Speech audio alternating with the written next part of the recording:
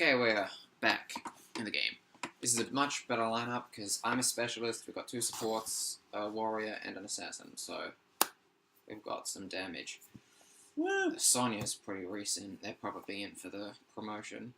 There's a big thing like celebrating the new Heroes 2.0, and if you play games with friends, like with someone who's actually in your friends list, you can slowly unlock rewards for both this and Overwatch. Okay. It's really cool. Like, there are some stuff in Overwatch you can only unlock through promotions in this. Okay. Which I think is cool. Like, it would be annoying if it was you have to pay to play this game, because it's free. It's fine. And they don't make you do very much for it, really. No.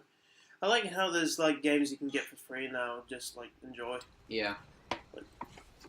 And the cost is just, like, cosmetic and stuff. Yeah. Range, corpse spiders. So I'm gonna get corpse spiders. I'm playing one of my better characters at the moment, Nazebo, on an alternate skin. I also had the like Harlequin style one, but he wasn't. It's a bit freaky.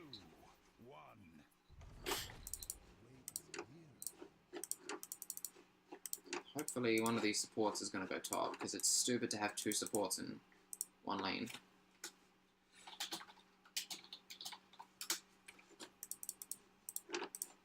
Brightwing, I'm looking at you. You can teleport across the map. Yeah, there it goes.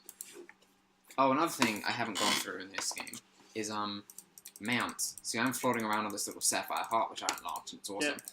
But, instead of like getting boots and movement speed items like in other games of this sort, everyone starts the game with a mount. And like you can unlock different cosmetic ones, but they all offer the same amount of speed boost. But there are some heroes with slight differences. Like Brightwing, that little support that went away, can't use a mount and only ever walks at normal speed.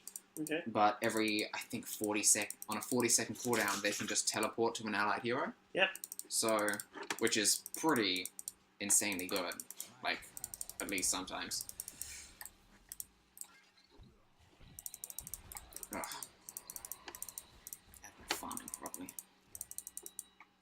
One of my favorite thing about Nazebo is that he's what's called a specialist in this game, and that they don't really fit into one of the 3 other roles. They just sort of do their own thing. Yeah. And Nazebo's is that every minion that dies, his passive is like a poison. See? That little yellow part? That's damage he's taking over time.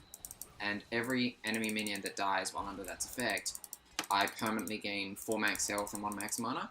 Yep. Which doesn't sound like a lot, but like over the course of a game, you kill a couple hundred minions. That's a lot of bonus health and mana. Yeah. Way more than other people. Because, I'm not sure about health. I think that's very dependent on what hero you're playing. But, mana, everyone starts off at 500, and they gain 10 per level. So, like, you can tell how much mana anyone has based on that and that. Like, the team level and their mana bar. But, with me, you never can tell, because it's hard to know how much, like, max mana I have. It's very interesting. Oh, Brightwing is drunk. That's awesome. This is the newest map. Oh, corpse spiders. It came in with the new thing. Genji and this map. Because this is based on a map from Overwatch. Okay. Like, which is weird, because Overwatch has different styles of maps as well. It's got payload ones where you push things to points to finish the game, and it's got ones where you just, like, hold areas for a certain time, and, you know, different modes. Yep. This Hanamura is based off, like, aesthetically, it's based off the Hanamura map in Overwatch, where, the characters Genji and Hanzo are from. But that's not a payload map, but this introduced the payload mechanic to Heroes of the Storm, so, like, I don't know, it was a weird choice. But, it's good. This is a good map. Normally, like in most maps, you push down lanes and you eventually get to the enemy's core to destroy it. in this you can't actually get to the core. You push the payloads from where they spawn to where they need to go, and they shoot a shot and reduce its health by 1. But if you take down an enemy fort, then the next shot will be worth 1 extra damage. I'm making it sound more complicated than it is, really. I'm trying to explain while clicking on things. Yep.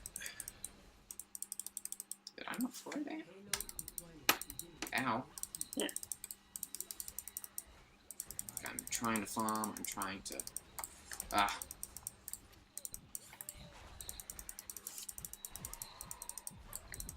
Oh, I'm out.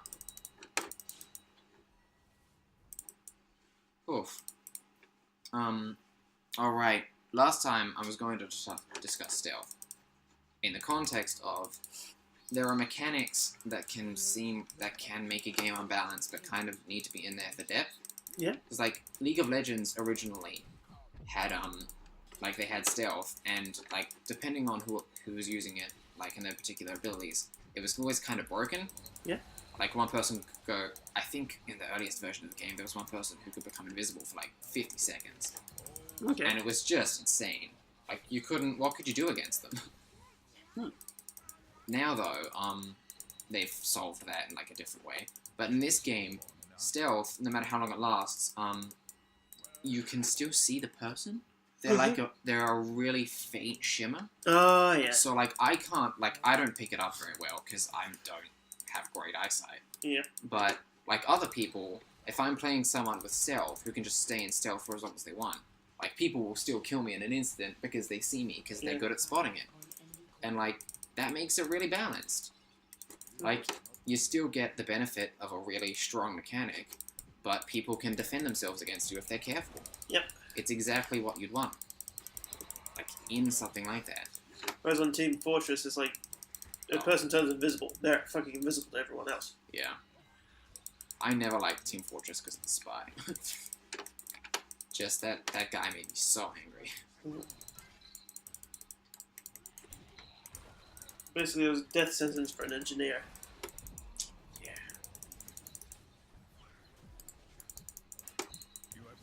Come on.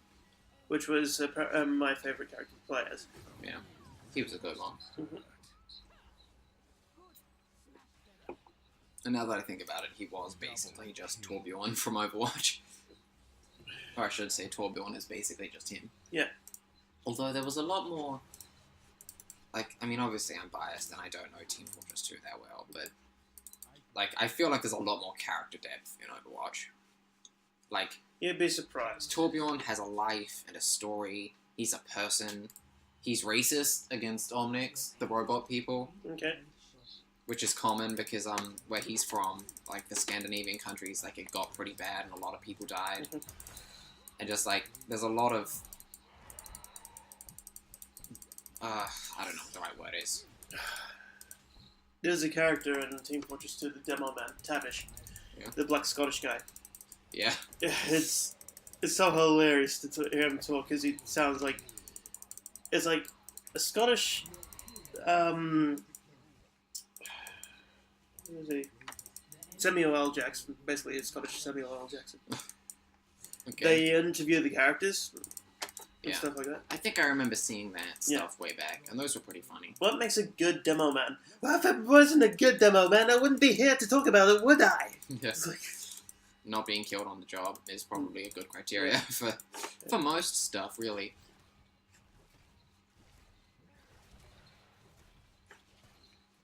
And he gets drunk and gets like really depressed. And the fucking like Scottish Cyclops.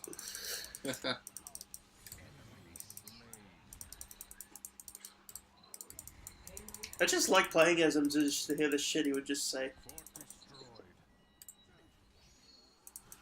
Come on. And then you get the scout who's just basically a Boston douche. Yeah. If you were from where I was from, you'd be dead. Some of the voices in that game were pretty frustrating. Yeah. I remember. Although... No, I think it's just personality. Yeah, I guess. But for me, it was mostly the voice. Which probably isn't good to say, but oh well. If you were from where I was from, you'd be fucking dead. If I was from where you were from, I I'd hope to be. Yeah. But, yeah. And then heavy. I am heavy weapons guy. Yeah. Although, the character, Junkrat from Overwatch is pretty fucking awful. He's meant to be Australian, and his accent is just not, very good. Apparently, Roadhog's supposed to be Australian. No, he's a Kiwi. Okay. Or, I think he's meant to be. I could be wrong. He is from one of the two. That I know. They were trying to explain, like, wrong button. the sniper was originally from Australia, but we found out he was from New Zealand. Yeah. He goes, oh, so that's why I couldn't grow a moustache. It's like, what? Is that a thing? Because apparently in Team Fortress 2 canon, Australia, everyone, including women, grow moustaches, are overly muscular. Okay. And are like 200 years into the future compared to the rest of the world. It's a weird thing. Like, for some reason, Australia is always seen as a superpower in games. Or some sort of weird area. Yeah. Not in Overwatch. Like, in Overwatch, Australia was pretty much turned into a wasteland in the Omnic Wars. okay. In the big, wars between humans and robots that happened in the very recent past in the Overwatch franchise. Yeah, and then Team Fortress, like, the most valuable item in there is called Australian, which is just gold.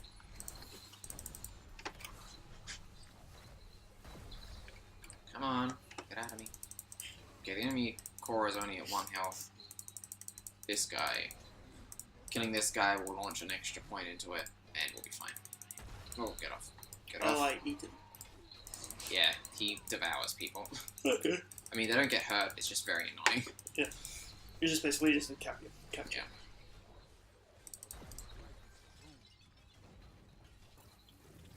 There we go.